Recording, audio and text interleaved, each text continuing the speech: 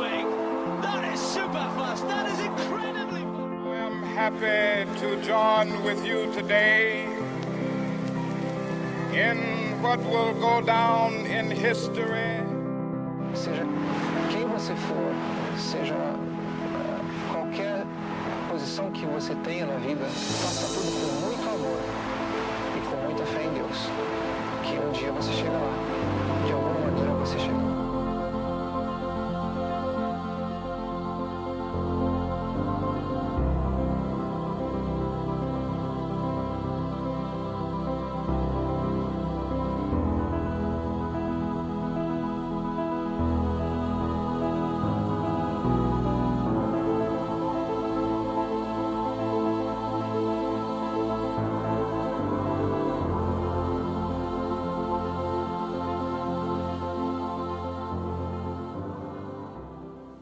É interessante, quando a gente olha para essa passagem, quando a gente vê hoje em dia quantas pessoas citam esse texto, quantas canções foram compostas e são cantadas em cima desse próprio texto de Paulo aqui, quantos sermões são pregados nesse texto, mas que negligenciam aquilo que Paulo está falando aqui dentro do próprio contexto. O contexto dessa passagem é numa epístola a uma igreja no primeiro século, na cidade de Corinto. Uma epístola que valorizava demais certas coisas, dentre elas o extraordinário das manifestações espirituais. Essa era a característica dos coríntios. Além disso, eles valorizavam de uma maneira muito grande a eloquência e o conhecimento. Isso era muito importante para eles. Eles queriam conhecer cada vez mais e eles valorizavam as pessoas que, ao se expressar, demonstrassem muito conhecimento. Dons espirituais, conhecimento, eloquência, são coisas importantes para eles. Coisas que chamavam a atenção. E Paulo escreve essa carta, no entanto, para corrigir-lhes acerca de algumas coisas básicas e essenciais que eles estavam deixando de lado nessa valorização de coisas extraordinárias. Jonathan Edwards, quando comenta sobre esse capítulo, ele diz assim, que a caridade é mais excelente do que os dons extraordinários do Espírito. Os coríntios valorizavam tremendamente os dons extraordinários. É por isso que Paulo começa esse capítulo, no meio da sua conversa sobre dons espirituais, ele começa esse capítulo dizendo sobre um caminho mais excelente. E ele começa nos 3 primeiros versículos falando de coisas que certamente são extraordinárias, ou que eram consideradas como extraordinárias pelos coríntios. Falar a língua dos homens e dos anjos. Entre os comentaristas, uma grande discussão aqui sobre se Paulo estava falando de essa língua dos anjos, se era glossolalia. De qualquer maneira, o que Paulo está falando aqui é de algo extraordinário, que era valorizado pela igreja de Corinto. E, no entanto, ele diz, é possível você fazer isso. E sem amor, isso se tornar uma coisa irritante. Isso se tornar até uma ofensa. Aqui, o metal que soa, o pessoal que gosta de metal, vai achar o metal agradável. Mas quando Paulo fala do metal que soa aqui, ele está falando de um som irritante, desagradável, até mesmo ofensivo. Quando ele fala aqui do prato que retine, ele está falando da mesma coisa, de algo que não produz uma melodia. É isso. É preciso mais do que um prato para produzir uma canção, uma música, uma sinfonia. Só um prato não é bastante. Ele só retine, mas ele não faz uma melodia. Isso se torna irritante e até mesmo ofensivo. Então Paulo, quando ele fala aqui de falar em outras línguas, pode parecer algo extraordinário, mas falta um elemento básico. Aquilo que compõe, aquilo que move isso e que dá a isso todo o seu sentido e significado. Ele fala de conhecimento e profecia e mistérios. Novamente, os coríntios apreciavam isso. Sem amor, ele diz que não é nada, não tem valor. Ele vai além. Ele fala do martírio aqui. Distribuir todos os bens para o sustento dos pobres e entregar o seu próprio corpo para ser queimado. Alguém pode imaginar em uma ação mais elevada do que essa? Quantas vezes eu escuto pessoas hoje em dia discutindo sobre o cristianismo e sobre a igreja, e quando elas se deparam com algum tipo de ação como essa, elas dizem: aí está o evangelho de verdade, aí está a igreja de verdade, aí está o cristianismo verdadeiro. Paulo diz que é possível fazer todas essas coisas e ainda assim não ter sequer chegado perto da essência do cristianismo. O amor é mais importante. E é nesse contexto, então, dessa comunidade que estava negligenciando o amor, e as evidências disso são claras. Eles estavam brigando por coisas pequenas. Nos primeiros capítulos, Paulo tem que insistir com eles acerca da unidade, para que falem todos a mesma língua, para que não fiquem divididos entre diferentes personalidades nessa história da salvação, na qual eles estão inseridos como igreja local, onde estavam ali brigando por serem discípulos ou seguidores desse ou daquele. Paulo insiste para que eles abandonem essas coisas. Ele considera essas coisas como coisas infantis e carnais. Paulo insiste para que eles tenham uma postura em que eles vejam a importância da disciplina na igreja, onde eles estão tão preocupados com coisas extraordinárias, com manifestações de dons, e estão negligenciando algo básico, tolerando um pecado que não deveria ser jamais tolerado naquela comunidade. Ele insiste com eles sobre várias dessas coisas que evidenciam falta de amor. No meio das discussões, ele inclusive fala para eles sobre o conhecimento. Talvez você lembre-se da maneira como ele escreve para essa carta. Ele diz assim: olha, quando eu fui ter com vocês, eu não fui com palavras eloquentes, de sabedoria humana. Eu não fui aí até vocês para expor um vasto conhecimento. E aí ele vai falar no capítulo 8, ele vai dizer que o conhecimento que eles tanto apreciam pode inchá-los, inflá-los, pode deixar com que eles sejam ensoberbecidos. O mesmo termo que ele vai usar posteriormente quando ele fala que o amor não faz, não é. Então ele está corrigindo esses irmãos. A gente, quando lê esse texto, a gente tem que lembrar que o contexto dele é o contexto de uma comunidade local e dos seus relacionamentos interpessoais. De uma comunidade apaixonada pelo extraordinário, pelo extravagante, mas que negligenciava o básico. Paulo vai dizer aqui que o amor não é um dom espiritual, ele é mais excelente que todos os dons. Não é um dom. Hoje em dia algumas pessoas podem, e a gente ouve isso, né? O dom do amor. E se o amor é um dom, então eu posso me esquivar de amar, dizendo eu não tenho esse dom. Mas Paulo disse que amor não é um dom nesse aspecto, não é um dom espiritual. Não é alguma coisa que alguns têm e outros não têm. Não é alguma coisa que alguns podem praticar e outros podem deixar de lado.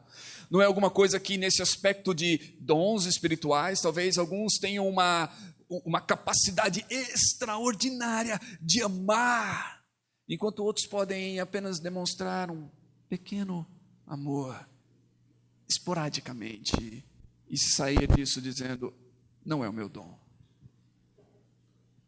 Se alguma coisa que Paulo diz aqui sobre amor, é que o amor é uma virtude cristã. No final do capítulo ele fala sobre fé, esperança e o amor. E ele diz que dentre essas virtudes, a maior delas é o amor. Paulo diz que o amor é a primeira das evidências de que nós estamos vivendo uma vida no Espírito. Ele não diz aqui, mas diz quando ele escreve aos Gálatas. O fruto do Espírito é o amor. Se nós estamos cheios do Espírito, estamos vivendo no Espírito, sendo guiados pelo Espírito, a primeira manifestação disso é o amor. Então, nesses versículos, a gente vê aqui a primazia do amor. Nos primeiros 3 versículos, o amor é o mais importante, é mais importante do que as coisas extraordinárias às quais a gente pode se apegar. Nos versículos 4 a 7, a gente vê algumas qualidades do amor. O que é o amor? Podemos falar tanto sobre o amor e, no entanto, parecer apenas um sentimento vazio, ou alguma coisa das canções que não dizem nada. Quantas pessoas não declaram votos de amor? Quantas pessoas não dizem amar apenas para um tempo depois essas palavras não significarem absolutamente nada? O que é amor? Paulo usa em 3 versículos 15 verbos. 15 verbos em 3 versículos para nos falar sobre amor. Isso poderia já nos dar uma indicação, um indicativo de que amor é uma ação. Amor não são só palavras belas. Amor envolve ação. No contexto de Paulo, aqui, amor tem tudo a ver com comportamento. Como nós nos comportamos, como nós agimos, como nós interagimos na relação uns com os outros e principalmente, novamente, não unicamente, mas principalmente nesse contexto da comunidade de fé. Isso é bem importante quando a gente pensa naquilo que Jesus mesmo falou sobre o amor. Jesus disse aos seus discípulos que eles deveriam amar uns aos outros como ele os amou. E ele disse o seguinte: nisto conhecerão todos que vocês são os meus discípulos, se vocês tiverem amor uns pelos outros. Jesus dirige essas palavras novamente aos seus seguidores, aos seus discípulos. Jesus não está falando necessariamente aqui que o mundo vai conhecer os seus seguidores se eles demonstrarem amor para com as pessoas de fora da comunidade cristã. Não é isso que Jesus está dizendo. Jesus está dizendo que o mundo vai conhecer os seus seguidores se eles demonstrarem amor para com aqueles que fazem parte da própria comunidade cristã. Francis Schaeffer, depois de anos e anos lidando com a questão da apologética cristã, ele escreveu um livro chamado A Marca do Cristão, no qual ele fala exatamente isso: a importância dos cristãos demonstrarem o amor uns para com os outros.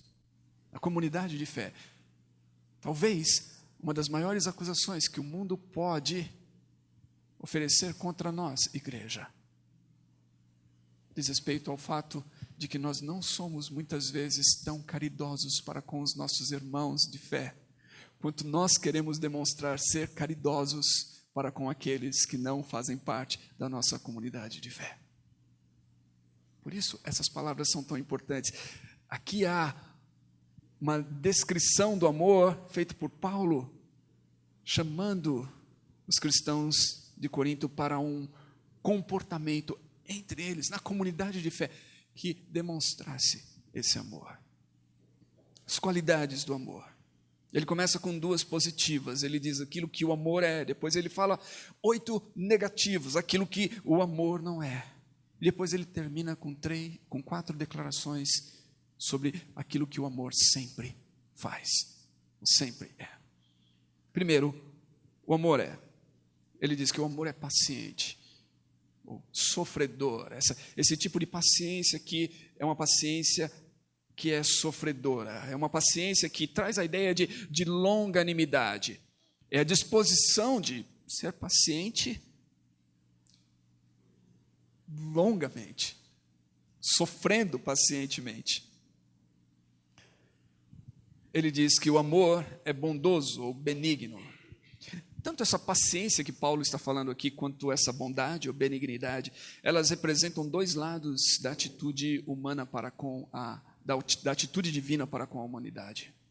A Bíblia diz que Deus é paciente e que Deus é bondoso. E nós desfrutamos, inclusive, dessa paciência de Deus para conosco, a humanidade caída, e da bondade de Deus para conosco. Essa paciência de Deus é uma espera pacientemente.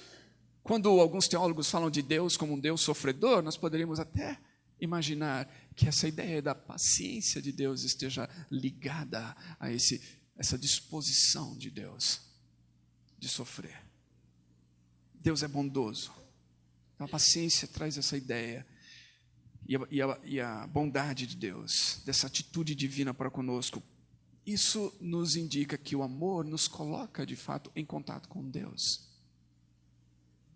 Se nós pertencemos a Deus e se nós somos filhos de Deus, E nós demonstramos amor, e o nosso amor é evidenciado por paciência e bondade. Se as nossas ações para com o próximo demonstram essa longanimidade, essa disposição a sofrermos, a esperarmos pacientemente por algo, pode ser a mudança na vida de uma outra pessoa. Quantas vezes nós somos impacientes na comunidade? Alguém chegou e faz parte da comunidade de fé e traz uma vida de pecados, ou uma vida destruída pelos pecados. E nós queremos ver uma mudança radical, porque é isso que nós gostamos, a mudança radical. Nós queremos ver que essa pessoa, da noite para o dia, abandone todos aqueles hábitos arraigados durante anos, e que da noite para o dia, ela comece a se comportar de certa maneira. E eu vou dizer para você que às vezes, algumas pessoas virão à fé, receberão o Evangelho, serão salvas pela graça, mas talvez vão passar o restante das suas vidas na comunidade cristã, manquejando de uma perna. Nós podemos exigir que elas andem de maneira correta, como nós achamos que elas devem andar, e vai faltar-nos a paciência para com elas. A paciência que sofre com elas, a paciência que olha para elas com olhos de compaixão, e que espera, e que espera, e que espera, e que espera, até que um dia, talvez, e pode ser a vida inteira, essas pessoas sejam completamente redimidas, como nós um dia seremos, plenamente. E essa espera vai se acabar. E não é assim que Deus trata a cada um de nós. Não é assim que Deus olha para nós como seus filhos. Não somos nós assim nessa jornada cristã? Afinal de contas, quem dentre nós aqui pode afirmar que nós alcançamos da noite para o dia essa mudança radical e que nos tornamos perfeitos? Quem dentre nós aqui pode dizer que durante só essa última semana que passou, não tivemos sequer um pensamento que não fosse pecaminoso, não fizemos uma única ação ou uma única coisa que não destoasse da bondade, do caráter, da santidade de Deus? Quem dentre nós pode advogar isso? E no entanto, todos nós somos amados por Deus. Deus nos trata como filhos. Deus olha para as nossas imperfeições e para os nossos pecados, e pacientemente, Deus, como que sofrendo, um Deus santo, como que sofrendo ao ver a sua humanidade caída e nós, seus filhos, tropejando, não existe essa palavra agora, tropeçando, é o termo correto, tropeçando na caminhada, e no entanto Deus nos ama. É essa paciência aqui que Paulo está falando do amor, essa característica que nos coloca em contato com Deus, Ele mesmo, que Paulo está dizendo que o amor é. E a bondade, que reconhece que todo mundo carrega um fardo pesado, né? Todo mundo carrega um fardo pesado. Isso tornou até um ditado, algumas pessoas têm falado isso, mas é uma grande realidade. As pessoas carregam fardos mais pesados do que nós conseguimos enxergar. A maioria de nós tem relacionamentos superficiais com as pessoas. E às vezes nós julgamos as pessoas com base nesses relacionamentos superficiais. Nós achamos, inclusive, que entendemos aquilo que vai no coração delas, as suas intenções, os seus pensamentos. Julgamos, às vezes, de maneira cruel. E fazemos isso pior ainda. Não só com as pessoas lá fora, que não têm Cristo, fazemos isso com aquelas pessoas que são nossos irmãos na caminhada, que declaram a sua fé em Cristo como nós, que declaram amar a Cristo como nós fazemos isso, nós assumimos que temos uma capacidade, não sei de onde, de conhecer os corações das pessoas e julgá-las. Quantos de nós já estivemos errados acerca de pessoas? Quantos de nós já pensamos sobre alguém que imaginávamos que essa pessoa fosse assim, assim, e depois nós nos surpreendemos? Às vezes positivamente, às vezes negativamente. Às vezes imaginávamos o pior de alguém e no final das contas essas pessoas se revelam como alguém que manifesta uma vida que nós falamos, nossa, que incrível, eu jamais imaginava assim. Às vezes nós olhamos e colocamos alguém num pedestal, imaginamos uma santidade, uma coisa assim, e no final das contas, aquela pessoa se revela um anjo caído. Alguém que nos decepciona tremendamente. Como podemos assumir que a nossa capacidade de juízo sobre as pessoas seja correta nesse sentido? Falta-nos um pouco de bondade no trato. Isso estava acontecendo na igreja de Corinto. E Paulo chama eles ao amor. Ele diz o que o amor não é. O amor não inveja, não se vangloria, não se orgulha. Essas três coisas parecem andar juntas. Inveja é ter esse sentimento negativo intenso sobre o sucesso ou a conquista do outro. Olhar para o nosso próximo, que tem um sucesso, uma certa conquista, e não nos alegrarmos com isso. Eu já disse, é mais fácil a gente chorar com os que choram do que se alegrar com os que se alegram. Porque se alegrar com os que se alegram significa se alegrar com a conquista, com o sucesso, com aquilo de bom que está acontecendo na vida de alguém, e que nós então nos alegramos com aquela pessoa que está celebrando, que está se alegrando. Às vezes é mais difícil isso. Porque às vezes a gente olha para aquilo de bom que está acontecendo com alguém e dá uma dorzinha em nós, fala assim, por que ele, não eu? Poxa, eu também mereço isso, eu também deveria ter isso. E é aí que entra a inveja. A inveja é desejar algo que não é nosso. Pode até ser nosso, algo semelhante, em algum momento da nossa história e da nossa vida, mas nesse momento não é nosso, não nos pertence. Pertence a outro. E nós deveríamos nos alegrar, então, com a conquista e com o sucesso, e não desejar. Santo Agostinho disse que a inveja e o ódio tentam perfurar nosso próximo como uma espada.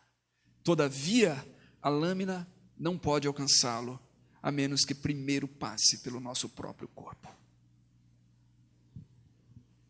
Ou seja, todas as vezes que nós invejamos e odiamos alguém, nós estamos ferindo a nós mesmos antes de ferir o próximo. Nós estamos nos machucando. O amor não inveja, não se vangloria, não louva a si mesmo, não se comporta como um fanfarrão. Provérbios diz que seja outro aquele que te louve, né?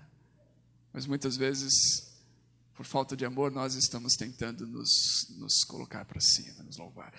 Nessa época em que a gente vive, inclusive, na época dos likes, e das mídias sociais, e das exposições, a gente tem até, na época da ostentação, a gente às vezes é tentado a ostentar, a se vangloriar, e a nos apresentar diante das pessoas de tal maneira que atraia louvor para nós mesmos, ou que nós mesmos estejamos nos louvando.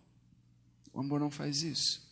Ele não infla, ele não se orgulha, diz o texto. Ele não tem um autoconceito exagerado.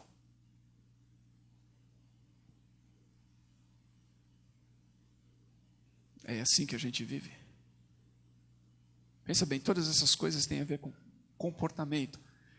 Quando nós vivemos dessa maneira, com inveja dos outros, quando nós estamos tentando louvar a nós mesmos e nos projetar e nos inflar diante das pessoas, quando nós temos um conceito exagerado acerca de nós mesmos, de quem nós somos, de tal maneira que a gente vive o tempo todo diminuindo as pessoas ao nosso redor, olhando para elas de cima para baixo, Paulo diz, onde está o amor? Não há amor nesses relacionamentos. Quando o nosso comportamento visa impressionar as pessoas ou chamar a atenção para nós mesmos, isso revela que falta-nos amor. Paulo diz, o amor não maltrata, ou seja, ele não trata com leviandade, como diz a velha versão Almeida Revista e Corrigida, ou uma outra tradução disso daqui é que ele não desonra os outros. Ele não age contrário ao padrão de decência. Ele não age de maneira inapropriada. Na versão que eu li, Almeida século 21, diz aqui que ele não se porta com indecência. Tem a ver com comportamento, o modo como a gente age com as outras pessoas, maltratar as pessoas, agir de maneira inapropriada para com elas, tentando novamente desmerecer quem elas são, diminuir. Isso não é amor. Ele não busca os seus próprios interesses, ele não é egoísta, diz aqui. O amor não exige que se faça aquilo que ele quer. Não reivindica os seus direitos como uma reivindicação. Não busca os seus próprios interesses. Paulo, escrevendo aos Filipenses, diz que nós deveríamos ter essa atitude de Cristo. E naquele contexto ele fala assim, que nós não deveríamos buscar somente os nossos interesses, mas os interesses do nosso próximo. Não deveríamos olhar somente para nós mesmos, para as nossas necessidades, para a nossa vida. Deveríamos estar atentos àquelas pessoas que estão ao nosso redor e ao nosso próximo. O amor não é egoísta, em outras palavras. O amor não se ira e não guarda rancor. Duas coisas que andam juntas. Não se irrita facilmente. Facilmente. Quantas vezes a gente, na nossa jornada, vive se irritando facilmente e a gente coloca a culpa, então, no estresse cotidiano? Puxa, eu estou muito estressado hoje, me desculpa. Eu já usei essa desculpa várias vezes, ela é boa. Foi o estresse, desculpa, o final do dia, né? Eu falei até no último sermão sobre quando eu estava confessando o meu pecado aqui, fim de semana, dia difícil e tudo mais, então. É uma boa desculpa. Mas o amor não se comporta assim. Ele não se irrita facilmente. Existe uma capacidade, uma certa tolerância do amor que tem a ver com aquilo que a gente falou lá no começo, essa disposição à paciência, uma paciência sofredora. É isso que o amor faz. Mais ainda, ele não guarda rancor. Novamente, na Almeida Revista e Corrigida, diz aqui que ele não suspeita mal. O amor não olha para as pessoas com essa suspeita do mal sobre elas. E não guardar rancor aqui significa que ele não guarda um registro dos erros das pessoas. Ele não está anotando, ele não tem uma caderneta com todos os erros anotados sobre uma determinada pessoa ou quem quer que seja, guardando aquilo lá, esperando o momento certo para jogar na cara da pessoa e dizer assim, eu não falei. Ele não faz isso. O amor rejeita a noção de retribuição ou vingança. Ele não está buscando vingança. E ele não está buscando retribuir o mal com o mal. Quantas pessoas vivem, no entanto, uma vida miserável, eu vou dizer, porque elas não entenderam, não receberam, não vivem a prática desse amor. Elas facilmente se irritam e facilmente guardam rancor. E carregam, então, fardos pesados de ódio e amargura e desejo de vingança que rouba-lhes a vida e a saúde. O amor é libertador nesse aspecto. Ele nos livra para vivermos relacionamentos saudáveis com o nosso próximo, nos quais não somente nós abençoamos, mas nós somos abençoados. A prática do amor faz isso. Nossa vida se torna uma vida abençoada. Por último, ele diz que o amor não se alegra com a injustiça, mas se alegra com a verdade. Evidentemente, essa injustiça é fruto da inverdade ou da mentira. O amor não se alegra com isso. Ele não se alegra quando notícias falsas são ditas. Vivemos no mundo dos fake news. Ele não se alegra quando notícias falsas, quando inverdades são ditas acerca de alguém e nós espalhamos elas. E com elas nós promovemos uma atitude injusta para com essa pessoa, esse grupo. O amor não se alegra com isso. Ele se alegra com a verdade, ele busca a verdade. Talvez esse seja um grande alerta para nós, novamente, em nosso tempo, para verificarmos bem se aquilo que nós estamos divulgando, espalhando, comunicando, exercendo o nosso julgamento, é verdadeiro ou não. Há verdade nisso? Eu acho que todos nós aqui já fomos vítimas de situações assim. Sabe aquela situação em que de repente alguém deixa de falar com você e você não sabe o que aconteceu? A pessoa muda o trato para com você. Você tem um amigo que de repente se esfria e você fica perguntando o que houve. Será que eu fiz alguma coisa errada? Será que eu falei algo? Porque você gosta da pessoa, você ama a pessoa, o que aconteceu ali? E aí, passa um tempo, você vai descobrir que o que aconteceu ali foi que alguém falou algo que não era verdade a seu respeito para aquela pessoa. E a pessoa acreditou naquilo. Ela não conferiu com você. Ela simplesmente acreditou e ela muda a relação dela com você por causa de uma mentira que ela ouviu de alguém. E a gente sabe como isso daí é ruim, como isso é cruel, como isso muitas vezes machuca nós. O problema é que muitas vezes nós repetimos isso. Quando nós falamos mal de outras pessoas, quando nós promovemos algo que não é verdadeiro, e aí com isso nós promovemos a injustiça. O amor não faz isso, o amor não se alegra com a injustiça. Ele promove a verdade, ele se alegra com a verdade. O amor, tudo, ou sempre, ou nunca. O amor tudo sofre, sempre sofre, nunca desiste. Tudo crê, sempre crê, nunca perde a fé.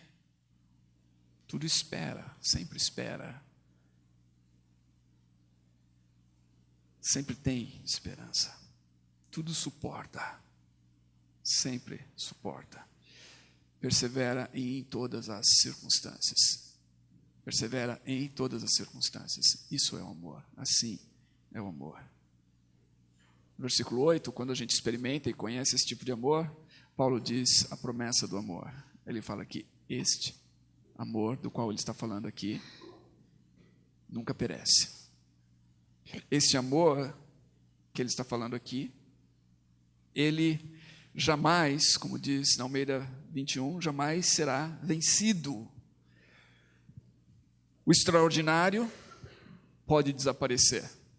Aquelas coisas que a gente se agarra a elas, os sinais miraculosos, as coisas que promovem, talvez, nos dão a ideia de que nós estamos em alguma coisa radical, podem sumir. O amor permanece.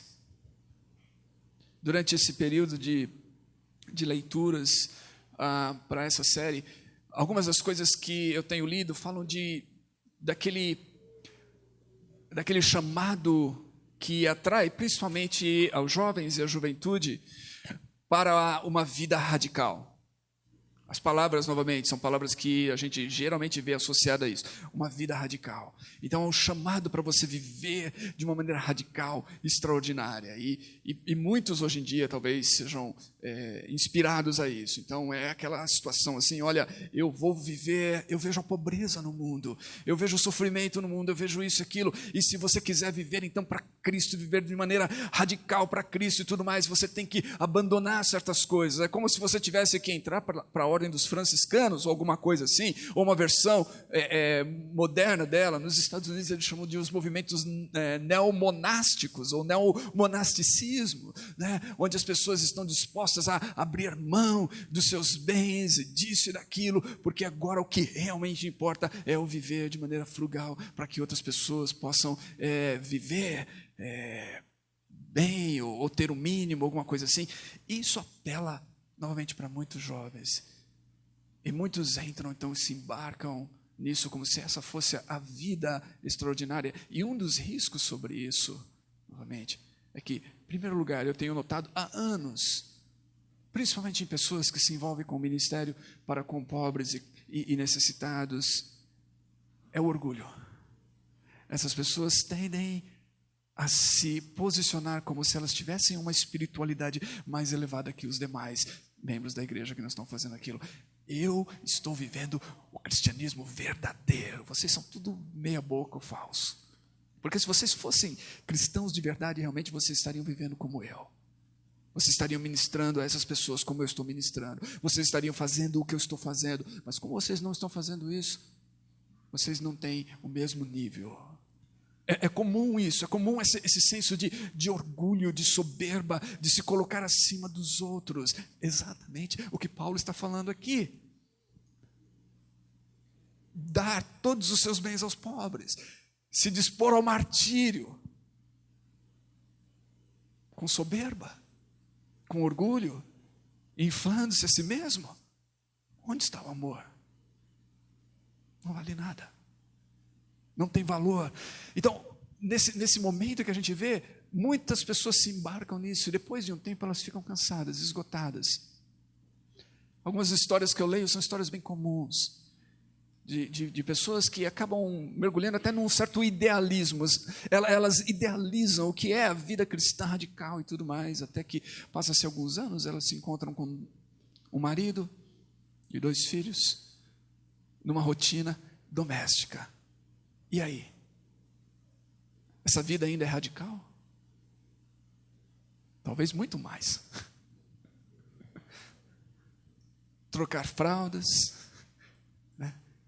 Colocar as crianças para dormir, ou olhar as tarefas escolares, todas essas realidades podem ser mais radicais e mais extraordinárias até do que viajar pelo um deserto subsaara ou alguma coisa assim, para falar de Cristo a alguma pessoa lá.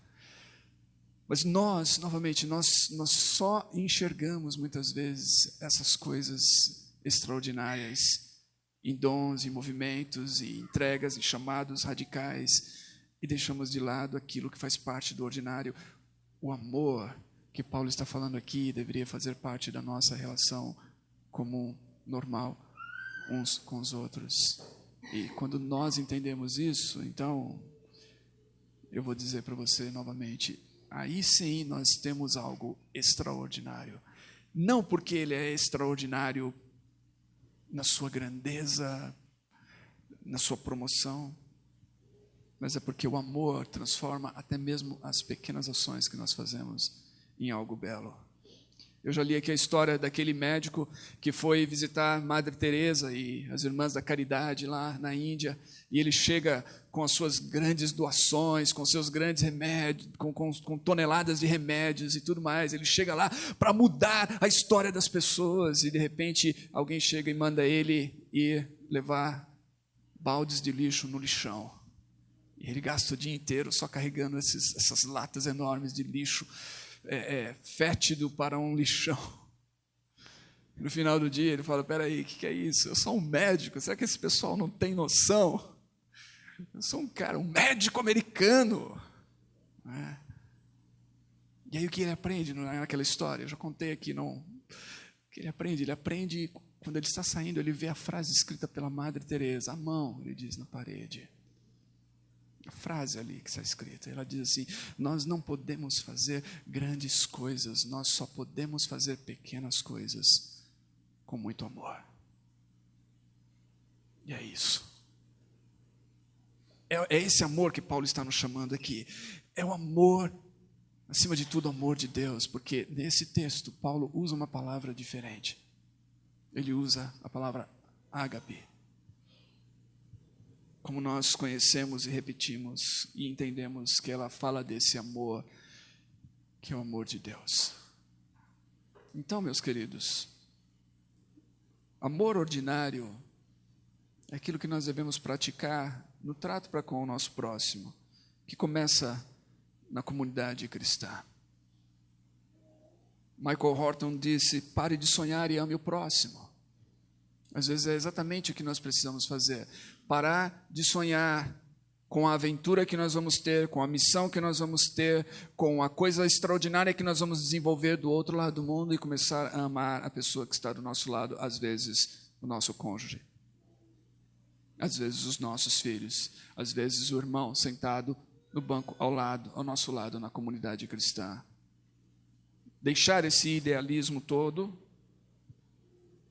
dos sonhos e cair na realidade. A realidade é que nós estamos aqui e que há pessoas sentadas do nosso lado e que há pessoas convivendo com a gente na nossa casa, que devemos tratar com amor. Na parábola do bom samaritano, quando Jesus está falando sobre o próximo, ele conta aquela parábola para responder a pergunta: quem é o meu próximo? É interessante que ele está falando de um homem que cai à beira da estrada numa viagem. Ele é assaltado. Vem 2 representantes da religião dos dias, não fazem nada. Vem um samaritano na sua jornada, para e socorre o homem. Nessa história é bem interessante, porque o que a gente vê aqui é a rotina da viagem, a rotina de pessoas passando por uma estrada rotineiramente. A rotina daqueles que, ao verem a necessidade, decidem seguir adiante, e daquele improvável que vê a necessidade e decide parar e socorrer. É nessa rotina do dia a dia, é na rotina dos nossos encontros e dos nossos cultos e das coisas tantas que a gente tem e que fazemos como igreja. É nessa rotina onde a gente tem toda a oportunidade de exercitar um comportamento que vai mostrar ao mundo se há em nós amor ou não. Nessas coisas. Então são nessas coisas que a gente precisa prestar atenção. A música da banda que eu gosto, chamada U2, que chama-se Ordinary Love, amor comum, diz que a gente não pode cair mais profundo, ou seja, não há uma queda maior para nós do que aquela quando nós deixamos de sentir amor ordinário, o amor comum, o amor nas pequenas coisas, nos pequenos tratos que nós temos um para com o outro. A gente pode sonhar com grande amor, a gente pode ler biografias de grandes demonstrações, a gente pode imaginar que ninguém tem mais amor do que aquela pessoa que vai e se entrega como missionário e morre com o ISIS ou alguma coisa assim. Mas, meus queridos, a gente não foi, a maior parte do tempo, eu vou dizer assim, a maior parte de nós aqui possivelmente não fomos chamados para fazer isso.